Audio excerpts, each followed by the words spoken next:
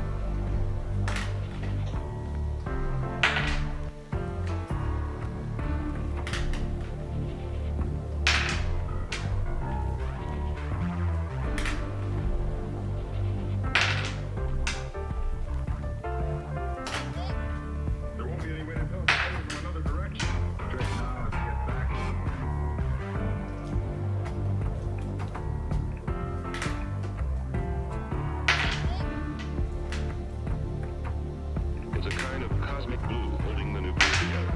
Just as other millions and quadrillions of atoms are the tiny building blocks which make up everything in the world.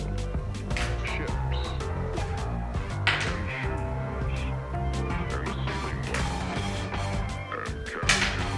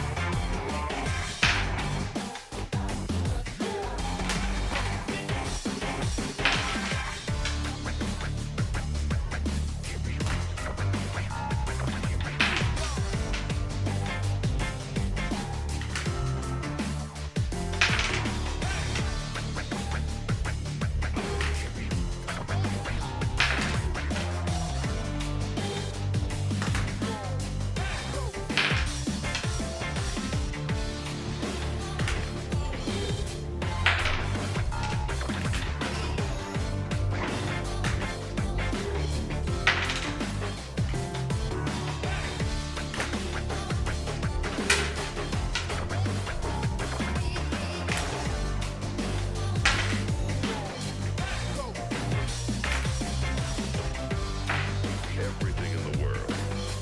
Ships, and sealing wax, and cabbages.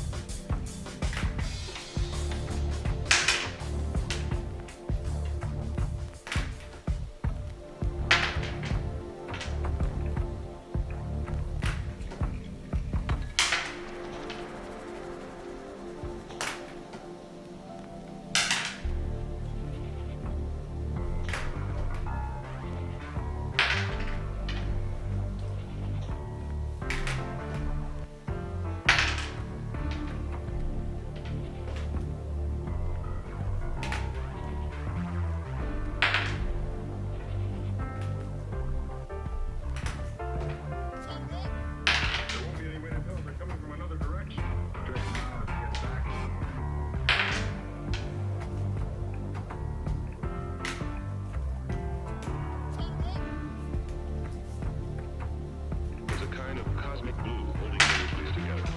Just as other millions and quadrillions of atoms are the tiny building blocks which make up everything in the world. Ships. Okay, so kind of coming now to the outcomes, observed frequencies, and expected values. This is pretty much the bulk of the data, and so kind of just starting from the outcomes. So these are the outcomes since there are six faces of a die, and so this would be kind of what we would calculate from coming to the observed frequencies. Wherever we kind of starting from like 1 through up like to 6, we'd kind of count how many times we'd see like the 1 phase, the 3 phase, 6 phase, or etc. But how many times we see each of these phases. And so then after that we would calculate and kind of make sure to double check if it was equaling 150, since I've rolled a die 150 times. And so these are just kind of depicting how many times that I've rolled a die, and how much of these would occur each roll of the die roll. So, and since the for the expected value, since we're assuming that the die is fair, all the expected values kind of have this formula of n times p, which in this case is 1/50 of the total rolls times the times probability of the fair dice that we know it's 1/6, and so 1/50 times 1/6 is 25, and so it will be pretty much for the same for all of the outcomes that we've expressed, and so 25 is pretty much what we've seen as the expected values of what we're assuming that's true. So it's now coming into like the very end. So we have the test statistic where I would sum all of like the data to this kind of formula where you have the observed value minus the expected value, the whole squared over the expected value. And so we do this for about 6 times in order to find test statistics. So from 23, 28, 24 all the way up to 23, I get a value of 2.8. And so you kind of like do this kind of formula n number of times up to this specific value. And so once I got that, now we would have to use a chi-squared goodness of fit table, and so we would kind of have to find the degrees of freedom. And so what we know for degrees of freedom is that would be the total number of outcomes or total number of categories minus 1. And so since there are 6 faces on the die, we're doing 6, which is the total number of outcomes, or outcomes in this case, minus the 1, so we get a degree of freedom of 5. And since we were given the alpha, and so in order to find the confidence of that, we would have the confidence level. We would do 1 minus the alpha to get a 0.90, so in this case 90% confidence interval. So then if you pull up a chi-squared distribution table and kind of use the coordinates on finding the confidence levels of 0.90, and then find degrees of freedom on the left side of the column, so the rows would be the degrees of freedom and the columns would be the confidence level, and so you kind of like angle it and find where we would find the critical value. And so I got 9.236 as the critical value if you double check that. And so now coming to our conclusion, we found earlier that the test statistic was 2.08 and the critical value being 9.236 as shown in the chi-square distribution table. And so comparing these two values, we're seeing that the test statistic is less than the critical value, which we now can digest that we are failing to reject the null hypothesis, meaning that we have insufficient data, we have insufficient evidence to assume that dice is not fair with those 150 times we roll the die, to now conclude that the null hypothesis, which is the dice being fair, is true. And so now this is what I assumed and collected from those 150 times from the chi-square goodness of fit, when you kind of like get all the data all together and kind of get the assumption or the reasonings of how we know that the null hypothesis is true and how we're failing to reject it. So thank you for listening and going over this experiment, and so hope you enjoy.